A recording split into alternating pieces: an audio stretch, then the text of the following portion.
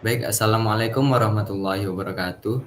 Di sini kami dari kelompok yang akan membahas tentang aplikasi pendeteksi spam berbasis NLP yang diberi nama No Spam Zone. Pertama yang kami hormati itu ada Bapak Zul Indra STMSC selaku dosen pengampu pemrograman bahasa alami. Baik, di kelompok ini izinkan kami memperkenalkan diri. Ada saya, Abid Anzana, ada Haris Dwi Rahmayudi, dan juga Joshua Tambunan. Baik, langsung saja masuk ke latar belakang. Spam SMS masih menjadi salah satu bentuk penipuan dan gangguan digital yang banyak terjadi di Indonesia, seperti promosi palsu, undian fiktif, dan juga link phishing. Namun, kebanyakan detektor spam berbasis bahasa Indonesia masih sangat terbatas. Padahal bahasa Indonesia memiliki struktur dan gaya yang berbeda dengan bahasa Inggris. Oleh karena itu, diperlukan sebuah aplikasi yang secara khusus memproses teks berbahasa Indonesia agar lebih akurat mendeteksi spam. Selanjutnya ada definisi.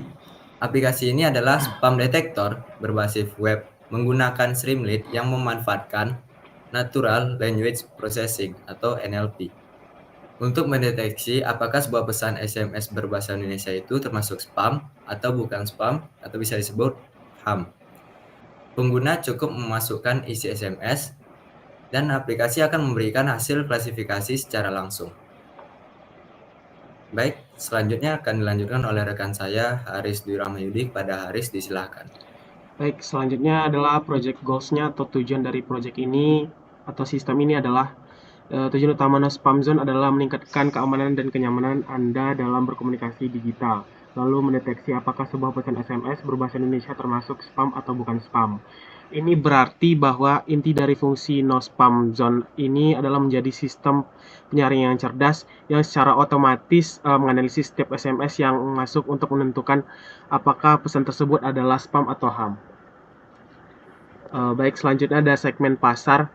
Di segmen pasar ini, Nospamzo menargetkan pengguna SMS aktif sebagai segmen pasar utamanya, mencakup individu dan organisasi yang sangat bergantung pada SMS untuk berkomunikasi yang penting, notifikasi dan interaksi sehari-hari.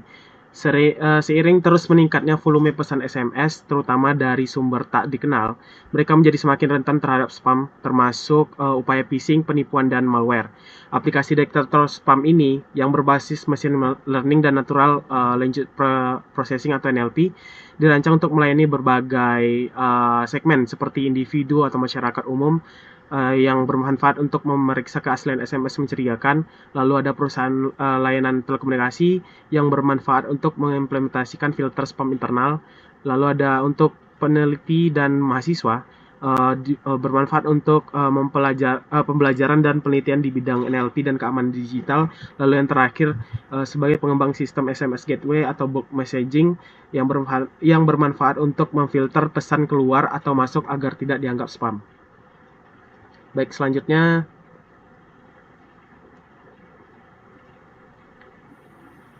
ada data pesaing dari sistem yang kami buat ini. Pasar aplikasi detektor spam sudah ramai dengan pemain besar, namun masih ada peluang untuk solusi yang lebih inovatif dan efektif dalam menghadapi spam yang terus berevolusi. Dari berikut pesaing utamanya itu ada Google Message dengan kelebihan dari Google Message ini ada terintegrasi langsung di Android dan pemblokiran otomatis berbasis AI dan memiliki kelemahan yaitu tidak terbuka atau closed source untuk integrasi dan kurang akurat untuk bahasa Indonesianya. Lalu ada Truecaller yaitu kelebihannya itu basis data pengguna besar dan pemblokiran yang secara real time. Dengan kelemahan itu tidak bisa dipakai model custom dan kadang false positif. Yang ketiga ada Spam Assassin dengan kelebihan powerful untuk email dan dukungan filter kompleks.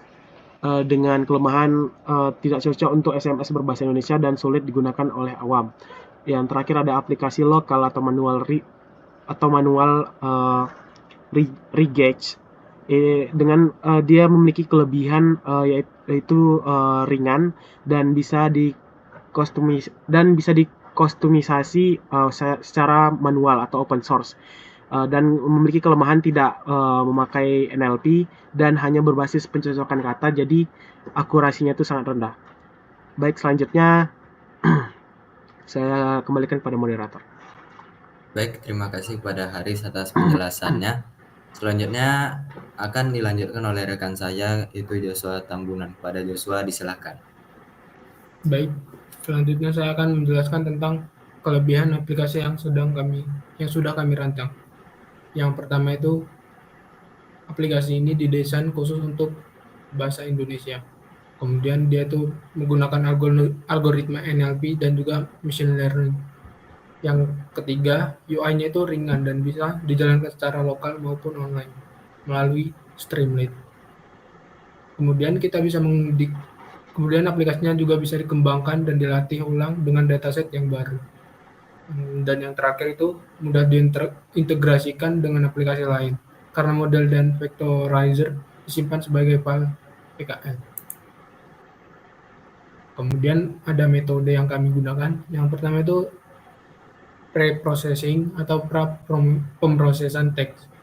Yang pertama kami konversi dulu ke huruf kecil atau lowercase, kemudian angka dan tanda bacanya itu dihapus, stop word removal atau menghapus kata umum yang tak bermakna. Kemudian kami juga melakukan stemming atau mengubah kata itu ke bentuk dasarnya. Kemudian yang kedua kami melakukan TF-IDF vectorization, yaitu mengkonversi teks menjadi angka atau vektor dengan term frekuensi inverse dokumen frekuensi agar bisa diproses oleh model. Dan yang terakhir kami melakukan klasifikasi dengan multinomial naive Bayes, yang artinya itu model supervised learning yang cocok untuk teks karena menghitung probabilitas kata terhadap label spam atau bukan spam atau ham. Yang terakhir kami akan melakukan demo sistemnya.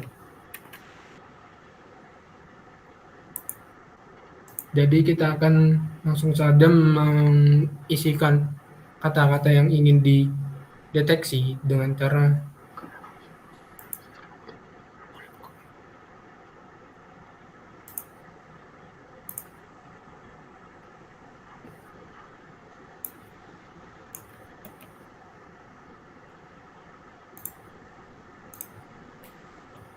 maka sistemnya itu akan secara otomatis mendeteksi ini adalah spam.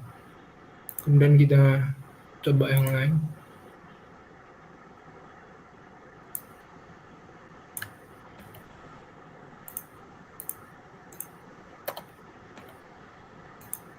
Nah, ini itu bukan spam. Karena yang biasanya spam itu adalah seperti promo, judi online atau dan yang lain sebagainya. Kita bisa mencontohkan yang kedua juga.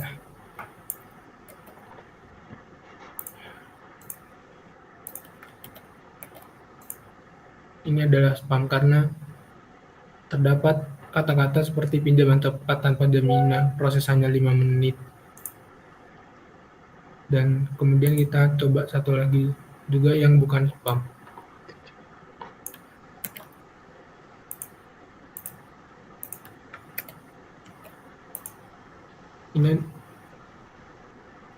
Ini terdeteksi spam karena mungkin ada kata transfer hari ini dan juga dicek rekeningnya.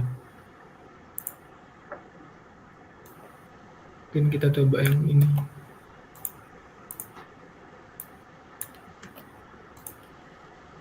Terdeteksi bukan spam karena tidak ada kata-kata yang mencurigakan. Baik, sekian yang bisa saya sampaikan. Saya kembalikan kepada moderator.